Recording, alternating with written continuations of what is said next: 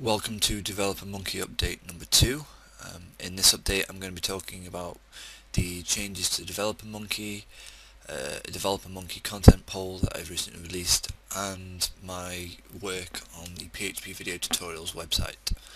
So first of all I'm going to talk about some of the changes to the core of the Java windowing engine. One of the features is that now the main window can be minimized. During testing I found that it got in the way quite a lot when it wasn't maximized, so it's now minimizable like so. As you can see, there is now content in this window, just basic content explaining and links to our partners, as well as a static link to the help file I explained in the last video. We can now log in or register. Register works fully on the JavaScript side, but I have not coded the server to add to the database yet, but it's pretty simple. And this uses a class I wrote last year for these placeholders rather than using the h5 attribute to make it more cross-compatible. Login works. I can enter my name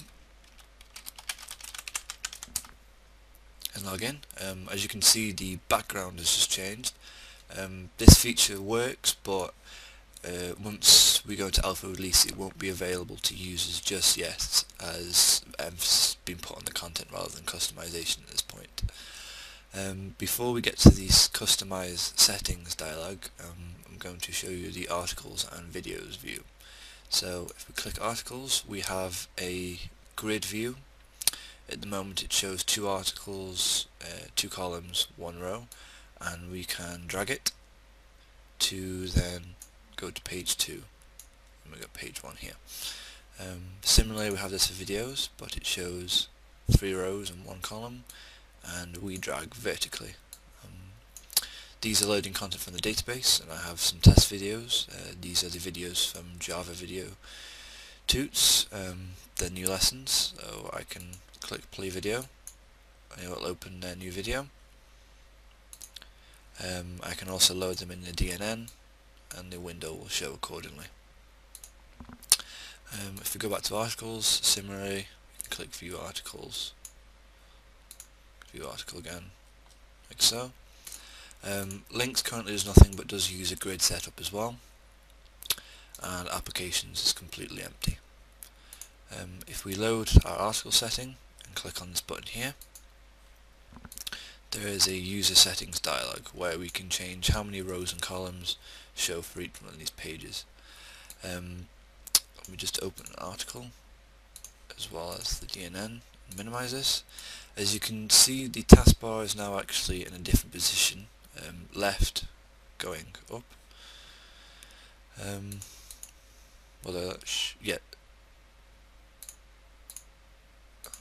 That seems to have not applied, but now it's going up, so it seems to be a bug. So we can change the position of this now, so we can go put it on the bottom and it will now go in the right hand direction, and then same as the left, top and the right, like so. With articles we have 3, we can do 3 by 1 and it will update. Just a note on this, if I put this to page 2, as we can see on this count 2 here, saves in the URL, and then change it to articles 1.1, it will actually change the page based on what article we were viewing, and this works similarly if we do it the other way around. So it will only refresh the content if we change this. So if we keep this the same and reduce videos to 2 by 2 and save, it's saved, but videos didn't refresh until we open the page. Obviously if you put too many things in here they will get clipped off, but if you extend the window out to the size you want, it should be fine.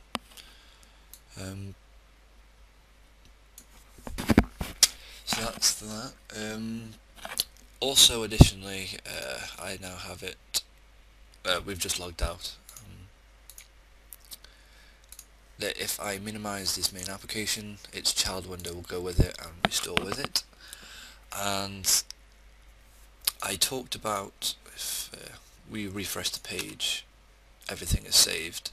I talked about how that calls the Windows save method, and it could apply to a cookie or session. I didn't really like. I was using a session using an Ajax call, which still is implemented as a backup. It's called every 3 seconds, but now it also implements the local storage system of HTML5, which should work in Chrome, Safari and Firefox. I'm not sure about Opera, and I don't think, and Internet Explorer 9 supports it as well, I think, which is called every 1.5 seconds, which allows it to save a lot quicker and make less calls to the server. That's all there is for that. Login register you've seen. If you click login register like that, so not much has changed from the last view, but a lot of code did go into these grids and the tags here. So as we go to videos, if we press refresh, it uses the hashtag to determine where we were. Maximize still works as it always did, but now these actually get moved out of the way a little bit. It still can be difficult, so I might have to readjust that. So that's all there is in DeveloperMonkey. We're almost near completion for alpha release. All that needs to be implemented is displaying links, and applications will be left as coming soon in alpha release. So the next thing I want to talk about is the content poll I recently released, which was tweeted about and put on the Facebook page of DeveloperMonkey, as well as included in a video, a newsletter, sorry, which is located at developermonkey.com/poll. This is a poll I've created to determine what people want for the alpha release content. Everything listed here will be made eventually, just the things that win, choose 5, choose 1, so the top 5 there, the top one there, will be created for the alpha release in mid-February. To vote, it's very simple. You just select the ones you want. It'll tell you if you select too many by flinking yet red, and then you just choose everything you want, and you enter your email address. This is just to make sure we don't get loads of spam votes. Your email won't be shared or used for any other purposes. The bonus content I won't explain here, but if you click this link here, it'll go to my blog explaining each one of these. My favourite is the first one, partly because of naming, because it seems it'll be the most fun and the most personal to me. There's a little note here, just a plug, saying if you want to donate, just contact me on my website.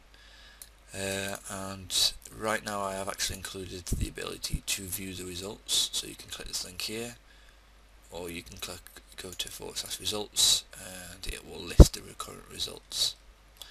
So the next thing I want to talk about, which is something I'm very excited about, is the partnership with PHP video tutorials here, which is listed here. PHP tutorials was very popular for quite a few years, and it's still getting quite a few hits. If we go to it, as we can see at the moment, it's actually a splash page now. It's partnered with Java Video Tutorials by a good friend of mine, Trevor, and partnered with DeveloperMonkey by me. So I'm the old user, Lee. He wasn't able to manage the site anymore, so he gave it to Trevor, who then contacted me.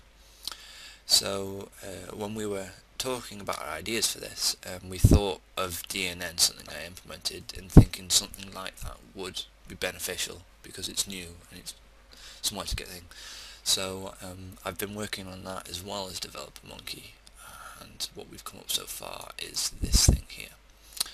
So if I just resize this and move it over to DC, and I'll refresh the page, we get nice animations, and basically there's a description here. I'm just going to close that for now. And basically we have the 5 nodes here, and these are known as the core nodes, which will be 6, sorry, not 5, and these will be the lessons you need to know. So this is core stuff like setting up PHP, getting your server, functions, loops, branching and variables and stuff like that. And After these there's going to be paths. Anyone who's played an RPG game, they know the idea of skill trees.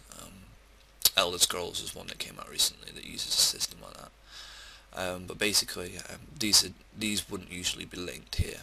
But for example, this getting editor then progresses into a lesson called Ipsen, which progresses into a lesson called Sit, which progresses in a lesson called Consecutor, which also relies on lorem. And lorem also goes into dollar, and dollar requires an amet, and so on and so forth. The paths I've done to test here are more complex than they would actually would. They'd be more spread out into like a star shape, and eventually you'll be able to pan the website as it gets larger and larger. But PHP video tutorials has and always will be run on donations, and donations on this will be a lot more personal. Well, not personalised. It'll be like an investment rather than just giving us money.